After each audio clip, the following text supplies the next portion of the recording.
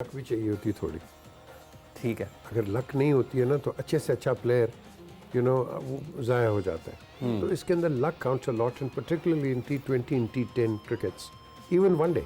तो लक बहुत important play करती है और लक के साथ साथ आपकी फॉर्म भी आ जाती है। अगर एक टॉप प्लेयर बाबर जैसे लड़के का आप छोड़ दो कैच, फॉर्म के साथ साथ लक आ जाती है, लक के साथ साथ फॉर्म हो जाती है। सवाल तो ये है। यस ये नहीं, ये बड़ा अच्छा इसका आप इस ट्रिकी सवाल नहीं ट्रिकी नहीं, बड़ा सिंपल सा जवाब है एंड देन उसी जितना नहीं देंगे। आप मुझे ये बताएं, आप ही इनको बताएं अंग्रेजी का, क्योंकि आपकी अंग्रेजी हमसे बहुत अच्छी है। ये बताएं वो अंग्रेजी में क्या कहते हैं, दलेर के साथ लक होती है, क्या कहते हैं फॉर्च्यून फेवर्स द ब्रेव। आप बताएं, ये तो हमारे अल्फाज है ना, हम अच्छा। बताएंगे। लेकिन अब फाउल कर गई है वो। ये लफ्ज हमारा था, जीत वो गई। छोटे छोटे मोमेंट हमें जीतने नहीं दे रहे। हम बने हुए हैं मुल्तान सुल्तान और मुल्तान सुल्तान की तरह खेलने की कोशिश कर रहे हैं। बट वाकई मतलब आप बहुत दफा ऐसा होता है आपकी फॉर्म इतनी अच्छी लगी हुई होती है but you get unlucky and you get out. आप उसकी एग्जांपल दे लें ना। अब तो ऑन अ सीरियस नोट आप एग्जांपल दे लें, Shan Masood is a good player with the white ball cricket. He can actually destroy you without letting you know. ये ऐसा प्लेयर है, रिजवान की तरह है, बाबर की तरह, ये ऐसा खेलता है। अच्छा इस हो क्या रहा है, you know when you get scared of getting out, failure के तरह सामने रख के आप जब बैटिंग शुरू करते हो ना, जब आप बॉलिंग शुरू करते हो डर की वजह से, फिर वो आपकी बॉडी लैंग्वेज पूरी डिक्टेट करती है पूरे मैच में आपको। क्यों, ये बिल्कुल सही बात है कि आपकी जो दलेरी है ना वो मदद करती है आपकी। आपका कैच छूट जाता है, अंपायर आपको आउट नहीं देता, कोई रिव्यू नहीं लेता, क्योंकि किस्मत आपके साथ तब होती है जब you are going to compete with people. You confidence आपका, आप लड़ना है। अब फखर जमान क्या है, वो 3-4 मैचों में नहीं हुआ, 2-3 मैचों में नहीं हुआ, तो उसने क्या करना शुरू कर दिया, उसने कहा मैं बारी लेता हूँ फला। कई दफा आप जाएं और जाके कहें see the ball, hit the ball, that's all I am gonna do. I am gonna go out and first, मैंने पहले बॉल से जाके डक पे आउट हो जाना। मैं देख रहा था लेफ्ट आर्म स्पिनर लगा हुआ था, उसको भी फखर जमान थोड़ा टाइम ले रहा था। कई दफा गो फॉर इट, अगर मरना ही है तो अपने तरीके से मरो फिर। वो इसलिए फिर ये जो चीजें होती है ना क्रिकेट में, as a spinner, as a fast bowler, as a captain, you just let the player know that guys हम 2 मैच हार गए हैं, just go and express yourself. मैं बैक करूंगा, आपको निकलने नहीं दूंगा। आपको मैंने ये नहीं देखना कि डरते हुए क्रिकेट अपने प्लान को एग्जीक्यूट करो। सो इसलिए ये जो आपका क्वेश्चन है, ये उन टीमों को देखें। रिजवान क्या करता है, वो फंसता है, वो टांग रखता है, कोई शॉट ना आए ना आए, टांग रखता है, फास्ट बॉलर, स्पिनर, अच्छा छक्का। पर मुशी भाई फखर जमान को क्या डर है? मतलब फखर जमान के पीछे कौन बैठा है लाहौर कलंदर्स में जो फखर जमान को डर हो कि मुझे हटा दिया जाएगा? They know that he will be back, he knows that he will be back. Even then वो किस बात का डर है? एक्सपेक्टेशन, रेपुटेशन, वो जो होता है, वो डर जो होता है, वो आपका एक मेन प्लेयर होता है। और मेन प्लेयर के ऊपर ना चाहते हुए ड्रेसिंग रूम में आप डिस्कस करते हैं, फखर तू मेन बंदा है हमारा, तू फखर मेन बंदा है, तू अगर चल गया तो हम टूर्नामेंट जीत जाएंगे। ये प्रेशर है और इस प्रेशर को निकलने के फखर जमान को एक चीज़ देखे ना, प्रेशर जब हमारे ऊपर पड़ता था कि मुझे याद है कि साउथ अफ्रीका में मुझे किसी ने उधर प्रेस कॉन्फ्रेंस में पूछा कि if you bowl well tomorrow, because 5वां दिन अब स्पिन होगा ball, if you bowl tomorrow for Pakistan well, I think Pakistan have a chances 232 chase करना था।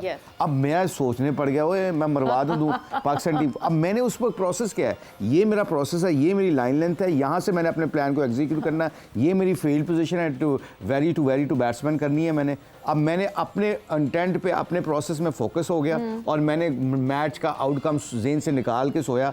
जब अगले दिन इमेजिनेशन करके आया तो आपका परफॉर्मेंस नेचुरली होती है। फखर जमान को ये प्रोसेस में पढ़ना है, मुझ पे डिपेंड करते हैं। 2 साल मैं जिता चुका हूँ, अब मैंने जाके वही प्रोसेस करना है। अगर मेरे एरिया में आया तो पहला बॉल में पहले ही मॉल से, ये नहीं करना कि मैं लंबा चलना है। सो ये छोटी छोटी चीजें कई दफा you need reminder, does not matter कितने बड़े प्लेयर हो, कितनी बड़ी एज हो गई है, some time you need to get reminder कि आपकी स्ट्रेंथ क्या और वीकनेस क्या है। बिल्कुल, and you need to talk to yourself and sort yourself out before stepping in the ground. वक्त पे एक ब्रेक का हुआ है, ब्रेक पर जा रहे, ब्रेक से वापस आते हैं, कॉन्वर्सेशन को आगे बढ़ाते हैं।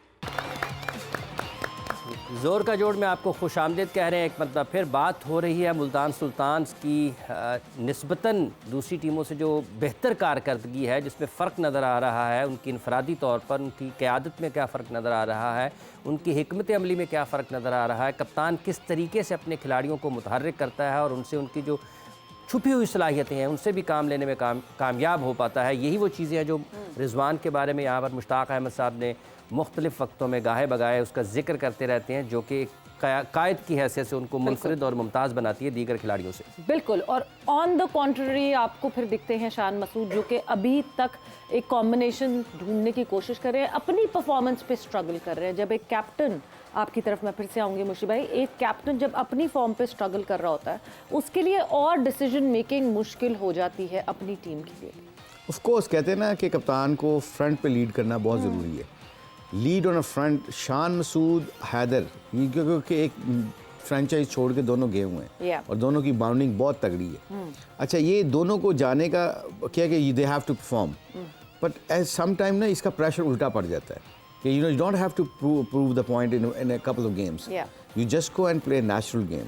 अब शान मसूद को अब ये लगता है कि मैं स्कोर करूंगा, then I have to prove the point. Yes. यहाँ पे वो बहुत ज़्यादा, मुझे लगता है कि बहुत ज़्यादा टेंस खेल रहा है, ओवर थिंकिंग कर रहा है। आई थिंक मुझे देखता हूँ कई बॉलें ऐसी होती हैं जो चौके वाली बॉलें होती हैं, उनको अर्ली ऑन ना वो मैनेज करने की कोशिश करता है कि मैं लंबा चले जाऊँ, मैं स्कोर करूँगा, मेरा कॉन्फिडेंस बिल्ट अप होगा तो फिर मैं कामयाब हो सकता हूँ।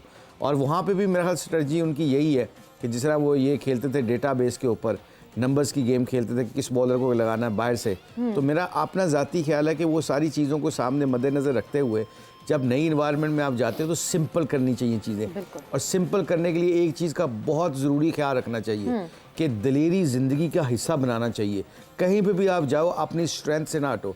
अगर आप ओपनर और 6 ओवरों में अगर आप नहीं खुल के खेलते, क्वेश्चन मार्क मिडिल ऑर्डर वाले करना शुरू करते हैं, जैसे कई बैट्समैन हमारे मिडिल ऑर्डर वाले पाकिस्तान टीम के ऊपर वाले बैट्समैनों के बारे में बात करते हैं, वो बेचारे बोलते नहीं मगर दे से दैट कि जो ऊपर से हमें मिलता है, स्टार्ट मिल जाता है, फिर मिडिल में वो सारे 12-13 ओवर तक खेल जाते हैं, फिर वो एकदम से कहते हैं नहीं ओपनर्स की वजह से नहीं हो रहा है। देखो ना ये अब ये बात क्या है, ये बात इसलिए इम्पोर्टेंट है कि शान मसूद को चाहिए कि he should be very positive about his own game. और अगर वो खुल के खेलेंगे, अगर 15-20 भी करेंगे ना 4-5 बॉलों पे, 15-16 भी करते हैं ना 4-5 बॉलों पे, उनके इंटेंट की वजह से उनको इज्जत मिलेगी। बिल्कुल, उनके फेलियर, कभी फेलियर कामयाबी से इज्जत नहीं मिलती। इंसान की सोच कि वो कप्तान का ईमानदार होना और जाके फ्रंट पे जाके दिलेराना खेलना, ये बहुत ज़रूरी होता है। And I think Shan Masood बहुत स्मार्ट बच्चा है, अच्छा बच्चा है, पढ़ा लिखा बच्चा है, तो I think he will understand that look whatever happens is gone, crucial time आ गया and I have to be brave now. बिल्कुल, और क्रूशल टाइम में परफॉर्म करना पीजे मीर साहब बहुत ज़रूरी है, बिकॉज जब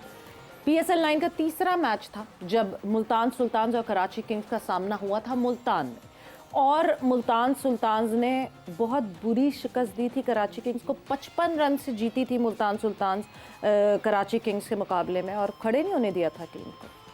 देखो ना, जब कोई आप कह लो कि कॉम्बिनेशन बन जाता है, आपको 1-2 विकेट्स मिल जाती है ना राइट टाइम पे, ठीक है, पूरा टीम का मोराल ऊपर होता है। तो जब आपको फेंटी पाटरी होती है ना, तो आपका फील्डर का वो उसका भी सिर नीचे हो जाता है।